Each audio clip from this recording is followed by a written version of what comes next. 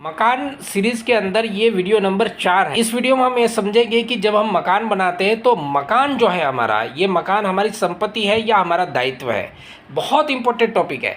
देखिए 100% लोग ये समझते हैं कि मैं अगर मकान बना रहा हूँ तो ये मकान मेरा इन्वेस्टमेंट है, मेरी संपत्ति है, लेकिन ये सही नहीं है। इसमें बहुत बड़ी मिस्टेक है।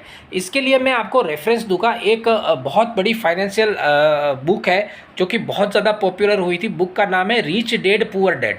इस बुक को जहाँ से भी मिले, ऑनलाइन मिले, फिजिकल मिले, आप इस बुक को खरीद लीजिएगा और उस बुक को आप ज़रूर पढ़िएगा।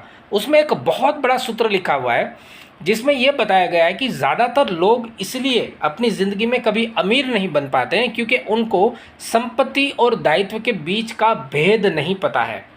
मैं फिर से बता रहा हूँ, ज़्यादातर लोग इसलिए अमीर नहीं बन पाते क्योंकि उनको संपत्ति और दायित्व के बीच का भेद नहीं पता है।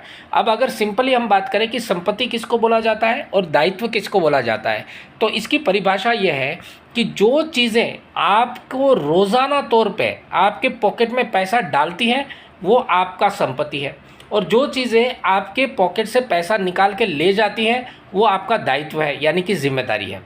अब यहाँ पर चीज़ें क्लियर होगी। अगर मैं मकान बना रहा हूँ और मैंने जितना भी बड़ा मकान बनाया उतना ही बड़ा मेरा खर्चा है, क्योंकि ईयरली उसके मेंटेनेंस लगेंगे। अगर 4 कमरों का मकान बनाया है तो 4 ट्यूबलाइट, 4 फैन, 4 एसी लगाएंगे। 5 कमरों का बनाया है तो 5-5 लगेगा। 2 कमरों का बनाया है तो 2-2 लगेगा।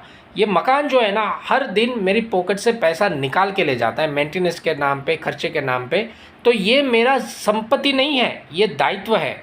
और हमारे दिमाग में एक बहुत बड़ी गलतफहमी लगती है कि जब मैं मकान आज 50 लाख का बना रहा हूँ तो ये 10 साल के बाद में 1 करोड़ का माना जाएगा। एवरेज जब आप इसका कैलकुलेशन निकालेंगे ना तो 8% 7% से ज़्यादा रिटर्न संपत्ति इसमें मकान में, रेसिडेंशियल प्रॉपर्टी में नहीं मिलता है। दूसरा, आप फोकस करें कि हमने क्या गलती की अपने लाइफ के अंदर। हम ज़्यादातर यही करते हैं अपने लाइफ के अंदर कि हम संपत्ति की जगह पे अपने दायित्व जो होते हैं उसको इकट्ठा करते रहते हैं। दायित्व में क्या क्या चीज़ें आती है, जैसे कि हमारा मकान हो गया, कार हो गई, या फिर ऐसी फैसिलिटीज़ होगी जो हमारे परिवार के लिए ज़रूरी होती है।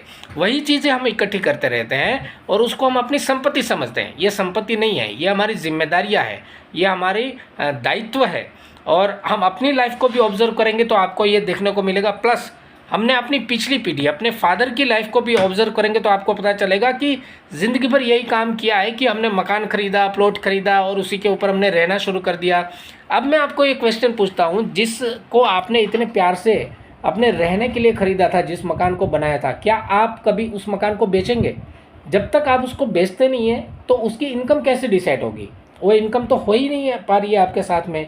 आपको कभी उसका प्रॉफिट मिलने ही वाला नहीं है, आपको उसका मुनाफा कभी मिलने ही वाला नहीं, क्योंकि जब तक आपका जीवन रहेगा तब तक आप उस मकान में रहने वाले हैं। तो मकान को अपनी संपत्ति समझने का गलती कभी मत कीजिए।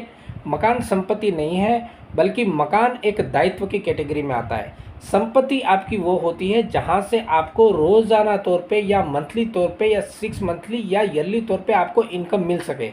स्मॉल स्केल बिजनेस के अंदर आप इन्वेस्ट कर सकते हैं, म्यूचुअल फंड में इन्वेस्ट करते हैं, डेट में इन्वेस्ट कर सकते हैं। कहाँ भी आपको ऑप्शन मिले वहाँ पर आप इन्वेस्ट करें और आपका पैसा सोते सोते भी आपका पैसा बढ़ता रहे, उसी को आपकी संपत्ति माना जाता है।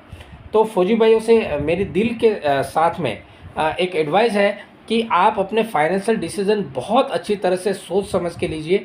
मैं यहाँ पर फाइनेंस विद फौजी चैनल में अपने फौजी भाइयों को गाइड करता हूँ, जहाँ पर फाइनेंशियल डिसीजन लेने में मैं आपको मदद करता हूँ।